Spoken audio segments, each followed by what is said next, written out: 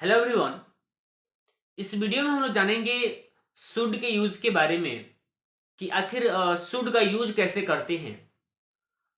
हालांकि हम लोग पिछले कई सारे वीडियो में देखे हैं मोडल वर्ब के बारे में कि मोडल वर्ब क्या होते हैं और मोडल वर्ब कितने होते हैं, कौन कौन से होते हैं।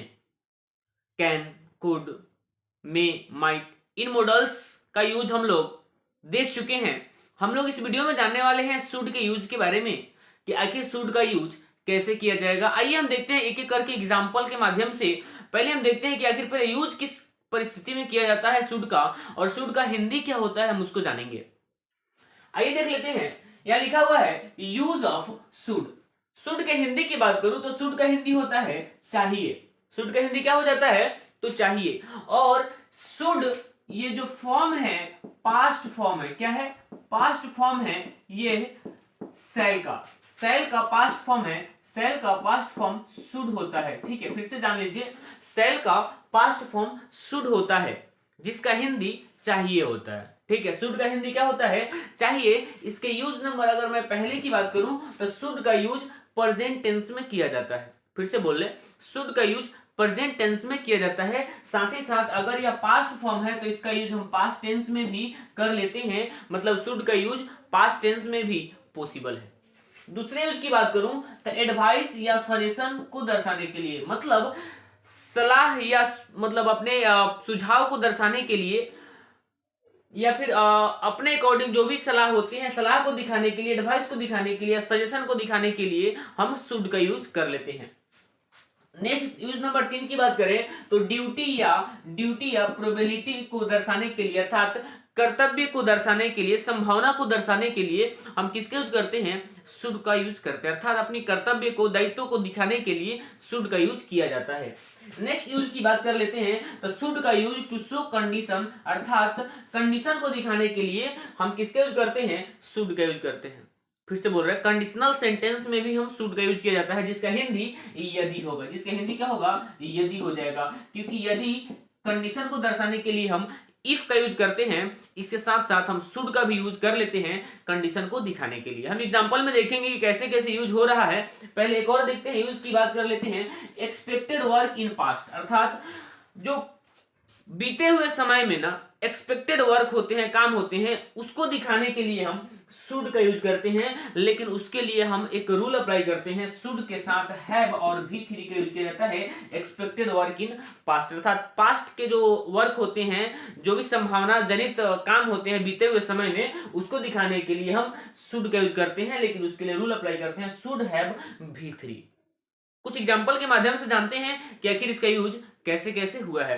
आइए देखते हैं एक नंबर जो लिखा हुआ है कि you should respect your elders. ठीक है, ध्यान से देखोगे ना तो आप यहां पर इसके यूज की बात कर लेते हैं। तो इसका यूज आप क्या कर रहे हो, या तो अपने ड्यूटी को दिखा रहे हो, या फिर आप किसी को सजेस्ट कर रहे हो कि तुम्हें अपने बड़ों का क्या करना चाहिए, आदर करना चाहिए, रिस्पेक्ट करना चाहिए। यानी कि शुड का यूज हम किसका कब कर लिए, प्रेजेंट टेंस में हुआ। साथ ही साथ हम किसी को एडवाइस देने के लिए हम शुड का यूज कर लेते हैं।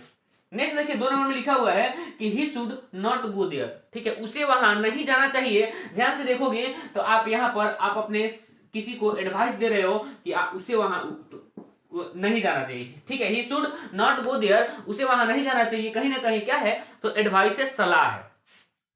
नेक्स्ट देखिए 2 नंबर नेक्स्ट लिखा हुआ है she should reach home soon. ठीक है, वो she should reach home soon. ठीक है, ध्यान से देखोगे ना तो बहुत जल्द उसे घर पे आना चाहिए। ध्यान से देखोगे ना इस सेंटेंस को, तो इन सेंटेंस से आप किसका बोध हो रहा है, तो यहाँ पर क्या होता है कि प्रोबेबिलिटी का बोध हो रहा है, संभावना का बोध हो रहा है कि वह बहुत जल्द घर पे आ जानी चाहिए उसे। नेक्स्ट लिखा हुआ है कि he should be at home, उसे घर पे होना चाहिए। कहीं ना कहीं आप प्रोबेबिलिटी को दर्शा रहा है, संभावना को दिखा रहा है, पॉसिबिलिटी को दिखा रहा है कि उसे घर पे होना चाहिए। यानी कि ही शुड, ध्यान से देखोगे कि प्रोबेबिलिटी को दिखा रहा है कि he should be at home, उसे घर पे होना चाहिए। नेक्स्ट देखोगे लिखा हुआ है कि शुड इट रैन, इसका मतलब होता है यदि वर्षा होती है, शुड इट रेन। देखो यहाँ कंडीशनल सेंटेंस में हम शुड का यूज किए हैं, शुड इट रेन, यदि वर्षा होती है, we shall not go to school, हम स्कूल नहीं जाएंगे। ध्यान से देखो, कंडीशन को दिखाए कि यदि वर्षा होती है, कंडीशन हुआ, तो हम स्कूल क्या करेंगे, नहीं जाएंगे, क्योंकि कंडीशन को दिखाने के लिए या तो इफ का यूज किया जाता है, और नहीं तो हम यहाँ पर शुड भी देख रहे हैं, जिसका हिंदी होता है चाहिए, लेकिन यदि शुड कंडीशन को दिखाएगा तो इसका हिंदी चाहिए नहीं, क्या बनेगा, यदि बनेगा। आप यहाँ पर इफ भी यूज कर सकते हैं, इफ इट रैन, ठीक है, या फिर शुड इट रैन, वो भी सही है। यहाँ नेक्स्ट एग्जांपल लिखा है कि should he come to home, यदि वह घर आता है, आई शैल हेल्प हिम, मैं उसकी सहायता करूंगा। यानी कि कंडीशन यह हुआ कि उसका घर पे आना होगा, या कंडीशन हुआ तब रिजल्ट बनेगा कि वह उसकी सहायता करेगा। कंडीशन को दिखाने के लिए हम शुड का भी यूज कर लेते हैं। नेक्स्ट देखिए क्या कर रहा है कि you should have told me the truth, ठीक है, तुम्हें, यहाँ लिखिए, ध्यान दे, शुड के साथ का यूज है हैव, और हैव के बाद हमारा भीतरी। इसका मतलब यह होता है कि you should have told me the truth, तुम्हें मुझे सच बताना चाहिए था, ठीक है, इसका मतलब होता है तुम्हें